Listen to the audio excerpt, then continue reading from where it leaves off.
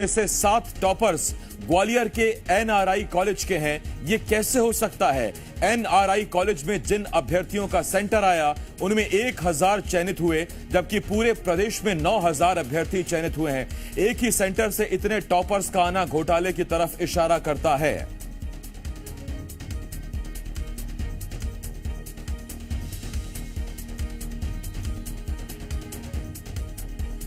तो बड़ी खबर इस वक्त हम आपको बता रहे हैं, बहुत आसान शब्दों में आपको पूरा मामला समझाते हैं। पटवारी भर्ती परीक्षा ग्वालियर में एक सेंटर पड़ा, एग्जाम सेंटर एनआरआई कॉलेज। इस एनआरआई कॉलेज में जिन जिन अभ्यर्थियों ने परीक्षा दी, पूर्व केंद्रीय मंत्री अरुण यादव का आरोप है कि पूरे प्रदेश में 9000 छात्रों का सिलेक्शन हुआ ग्रुप 2 और सब ग्रुप 4 के लिए, और उन 9000 छात्रों में से 1000 छात्र अकेले इसी सेंटर के चुन लिए गए। 10 में से 7 टॉपर्स इसी सेंटर के अभ्यर्थी चुने गए।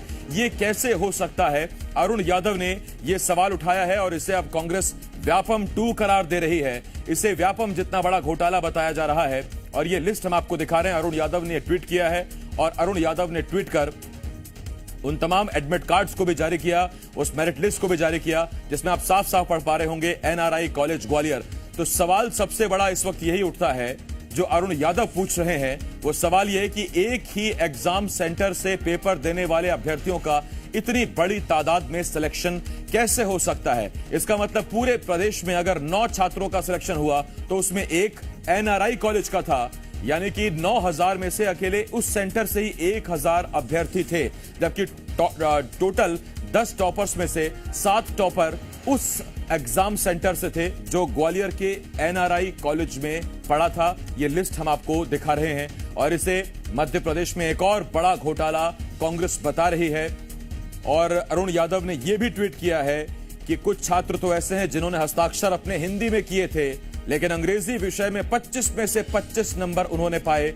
और ऐसी संख्या कोई 1-2 नहीं, बल्कि बहुत बड़े छात्रों की संख्या है जिन्होंने हस्ताक्षर हिंदी में किए, लेकिन अंग्रेजी में उनके 25 में से 25 नंबर आए थे।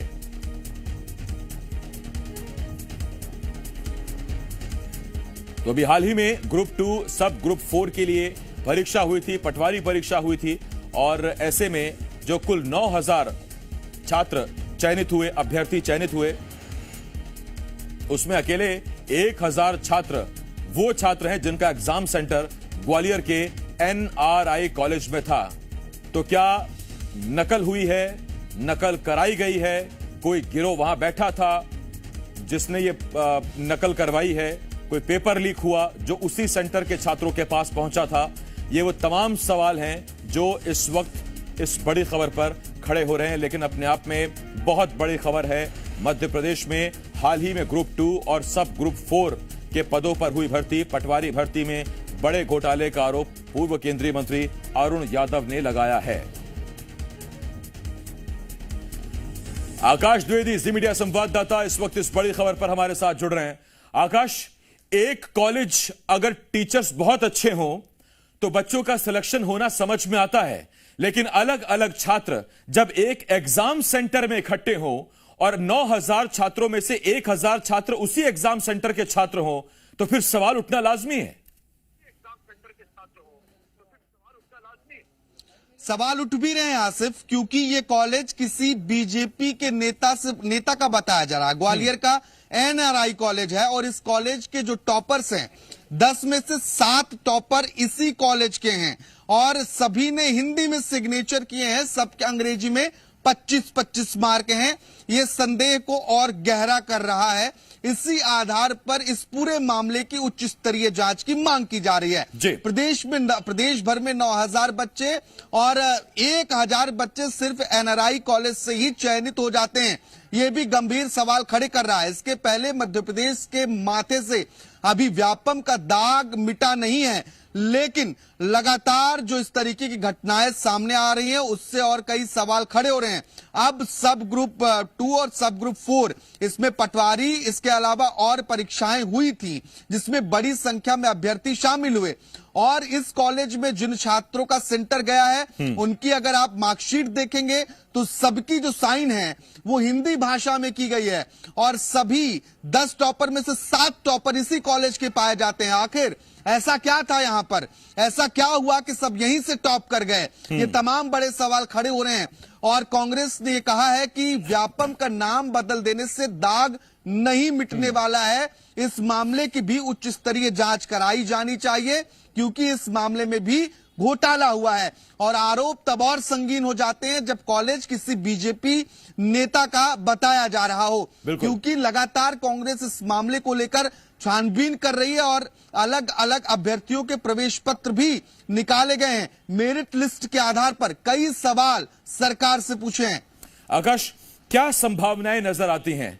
पर्चा लीक हुआ था और वो सिर्फ उसी कॉलेज के अभ्यर्थियों तक पहुंचा। उस कॉलेज में जो अभ्यर्थी पहुंचे थे उनको खुलकर नकल कराई गई, या नकल करने की छूट दी गई, या कोई और वजह निकलकर सामने आ रही है? देखिए, प्रथम दृष्टया यही दो कारण समझ में आते हैं आसिफ। या तो पेपर लीक हुआ जो इन्हीं अभ्यर्थियों तक पहुंचा, या फिर अन्य परिस्थितियों में किसी न किसी तरीके से जो बच्चे उस कॉलेज में एग्जाम देने पहुंचे थे उनका कॉलेज प्रबंधन ने साथ दिया। अगर ये आरोप जो पूर्व केंद्रीय मंत्री अरुण यादव लगा रहे हैं वो सही है तो। हालांकि ये तमाम बातें जांच के बाद ही स्पष्ट हो पाएंगी। अब ये मांग की गई है तो देखना होगा कि शिवराज सरकार कब तक इस पूरे मामले मैं की जांच लौट रहा हूं कराती है। आकाश आपके पास। इस वक्त कांग्रेस संचार प्रमुख के मिश्रा जी हमें ज्वाइन कर रहे हैं। के मिश्रा जी, मेरा पहला सवाल सीधा आपसे है, और सवाल यही, ऐसा कैसे हो सकता है कि एक कॉलेज जो एग्जाम सेंटर बना वहां शामिल हुए 1000 बच्चे सिलेक्ट हो गए ग्रुप 2 और सब ग्रुप 4 की परीक्षाओं में? क्या संभावनाएं आपको नजर आती हैं सर? आप मध्य प्रदेश के संदर्भ में बात कर रहे हैं जी, और मध्य प्रदेश में आपको जितनी आशंकाएं हैं, जो अरुण यादव जी ने कहा वो सिर्फ एक ही सब्जेक्ट में नहीं है। आप जिस पर भी आशंका व्यक्त करेंगे तो सही पाई जाएगी। यहाँ सब कुछ हो सकता है। जी,